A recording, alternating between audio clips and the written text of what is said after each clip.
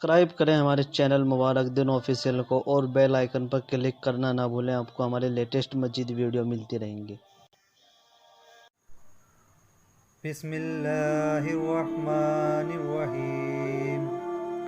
نبی کریم صلی اللہ علیہ وسلم کے پاس ایک شخص آیا اور کہا کہ اے اللہ کے رسول، اگر میں کوئی گواہی دوں کہ اللہ کے سوا کوئی معبود برحق نہیں اور نماز قائم کروں اور روزہ رکھوں تو میرا حساب کن لوگوں کے ساتھ ہوگا؟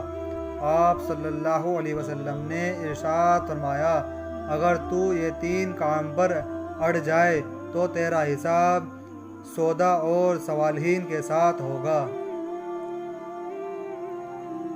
نبی کریم صلی اللہ علیہ وسلم کے پاس ایک شخص آیا اور کہا کہ اے اللہ کے رسول، اگر میں گواہی دوں کہ اللہ کے سوا کوئی معبود برحق نہیں اور نماز قائم کروں اور روزہ رکھوں تو میرا حساب کن لوگوں کے ساتھ ہوگا؟ آپ نے فرمایا، اگر تو یہ 3 کام پر اڑ جائے تو تیرا حساب سودا اور صالحین کے ساتھ ہوگا۔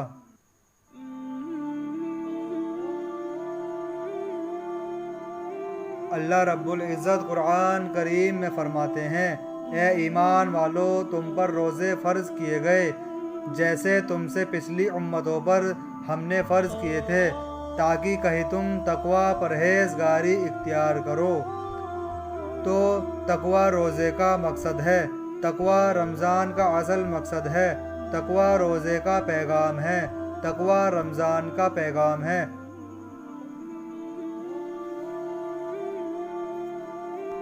حضرت ابو ہریرہ رضی اللہ عنہ فرماتے ہیں کہ کچھ صحابہ رضی اللہ عنہم رسول اللہ صلی اللہ علیہ وسلم کی خدمت میں حاضر ہوئے اور عرض کیا، ہمارے دلوں میں کچھ ایسے خیالات آتے ہیں کہ ان کو زبان پر لانا ہم بہت برا سمجھتے ہیں۔ رسول اللہ صلی اللہ علیہ وسلم نے معلوم کیا، کیا واقعی تم ان خیالات کو زبان پر لانا برا سمجھتے ہو؟ عرض کیا، جی ہاں۔ آپ نے ارشاد فرمایا، یہی تو ایمان ہے۔ فائدہ، یعنی جب یہ وسوسے و خیالات تمہیں اتنے پریشان کرتے ہیں کہ ان پر یقین رکھنا تو دور کی بات، ان کو زبان پر لانا بھی تمہیں گوارا نہیں، تو یہی تو کمال ایمان کی نشانی ہے۔ حضرت ابو ہریرہ رضی اللہ عنہ روایت کرتے ہیں کہ رسول اللہ صلی اللہ علیہ وسلم نے میری امت کے ان وسوسوں کو معاف فرما دیا ہے جو ایمان و یقین کے خلاف گناہ کے بارے میں ان کے دل میں غیر اختیار کے آئے، جب تک کہ ان وسوسوں کے مطابق عمل نہ کر لیں یا ان کو زبان پر نہ لائے۔ حضرت ابو ہریرہ رضی اللہ عنہ نبی کریم صلی اللہ علیہ وسلم کا ارشاد فرماتے ہیں، گواہی کثرت سے دیتے رہا کرو، اس سے پہلے کہ ایسا وقت آئے کہ تم اس کلمے کو موت یا بیماری کی وغیرہ سے نہ کہہ سکو۔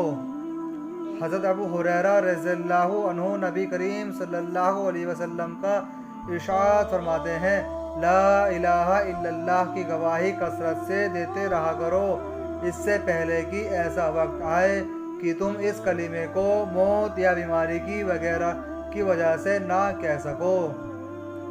حضرت عثمان رضی اللہ عنہ روایت کرتے ہیں کہ نبی کریم صلی اللہ علیہ وسلم نے ارشاد فرمایا، جس آدمی کی موت اس حال میں آئے کہ وہ یقیناً کے ساتھ جانتا ہو کہ اللہ تعالیٰ کے سوا کوئی معبود نہیں، وہ جنت میں داخل ہوگا۔ حضرت عثمان رضی اللہ عنہ سے روایت ہے کہ نبی کریم صلی اللہ علیہ وسلم نے ارشاد فرمایا، جس آدمی کی موت اس حال میں آئے کہ وہ یقیناً کے ساتھ جانتا ہو کہ اللہ تعالیٰ کے سوا کوئی معبود نہیں، وہ جنت میں داخل ہوگا۔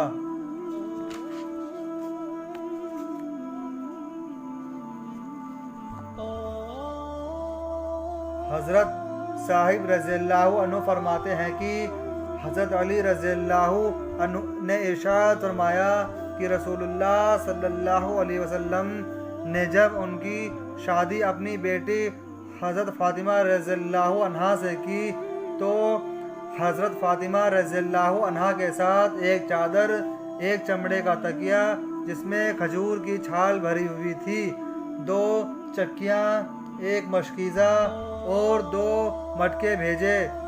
हज़रत अली रज़ियल्लाहु अन्हु फरमाते हैं कि मैंने एक दिन हज़रत फ़ातिमा रज़ियल्लाहु अन्हा से कहा, अल्लाह की कसम, कुएं से डोल खींचते खींचते मेरे सीने में दर्द हो गया। तुम्हारे वालिद के पास कुछ कैदी अल्लाह ताला ने भेजे हैं, उनके पास जाकर एक खादिम मांग लो।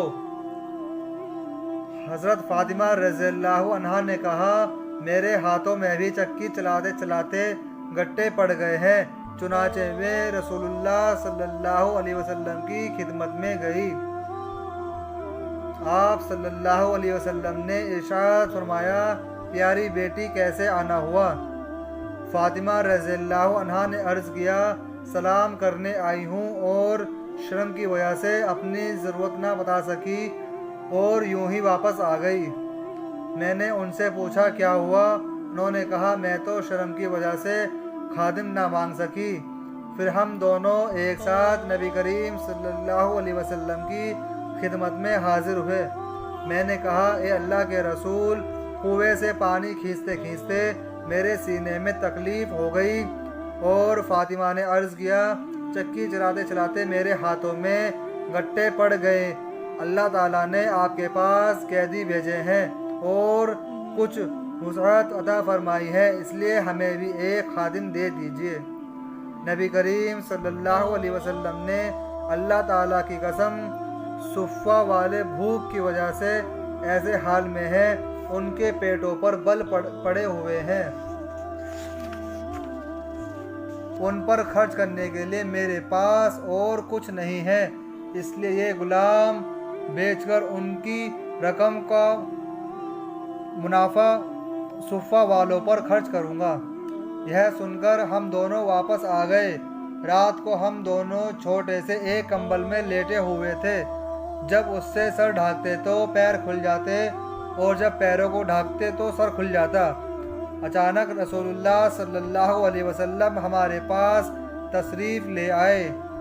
हम दोनों जल्दी से उठने लगे तो आपने इरशाद फरमाया, अपनी जगह लेटे रहो, और फरमाया, तुमने मुझसे जो खादिम मांगा है, क्या तुम्हें उससे बेहतर चीज़ न बता दूं? हमने अर्ज़ किया, ज़रूर बतलाइए। इरशाद फरमाया, ये कुछ कलिमात मुझे जिब्राइल अलैहिस्सलाम ने सिखाए हैं।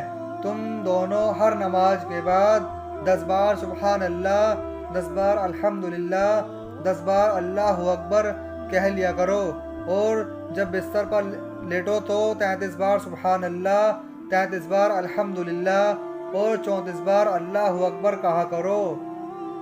हज़रत अली रज़ियल्लाहु अन्हु ने फरमाया, अल्लाह की कसम, जब से मुझे रसूलुल्लाह सल्लल्लाहु अलैहि वसल्लम ने ये कलिमात सिखाए हैं, मैंने उनका पढ़ना कभी ना छोड़ा। इब्ने कवा रहमतुल्लाह अलैह ने हज़रत अली रज़ियल्लाहु अन्हु से पूछा, क्या आपने जंगे सिफ़ीन की रात में भी इन कलिमात को पढ़ना ना छोड़ा? फरमाया, इराक वालों, तुम पर अल्लाह की मार हो, जंगे सिफ़ीन की रात को भी मैंने ये कलिमात नहीं छोड़े।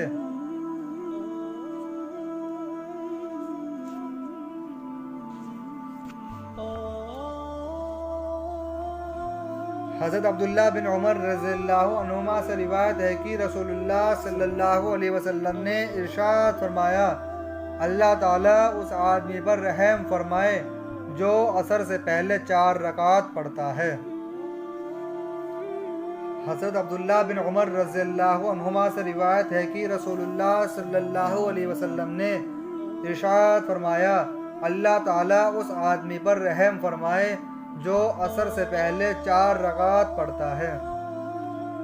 हज़रत अबू हुरैरा रज़ियल्लाहु अन्हु से रिवायत है कि रसूलुल्लाह सल्लल्लाहु अलैहि वसल्लम ने इरशाद फरमाया, जो रमज़ान की रात में अल्लाह ताला की वादों पर यकीन करते हुए और उसके अज़्र व इनाम के शौक़ में नमाज पढ़ता है, उसके पिछले सब गुनाह माफ़ हो जाते हैं। हज़रत अबू फ़ातिमा रज़ियल्लाहु अन्हु फरमाते हैं कि मुझसे नबी करीम सल्लल्लाहु अलैहि वसल्लम ने इरशाद फरमाया, अबू फातिमा, अगर तुम मुझसे आखिरत में मिलना चाहते हो तो सजदे ज़्यादा किया करो, यानी नमाज़ें कसरत से पढ़ा करो।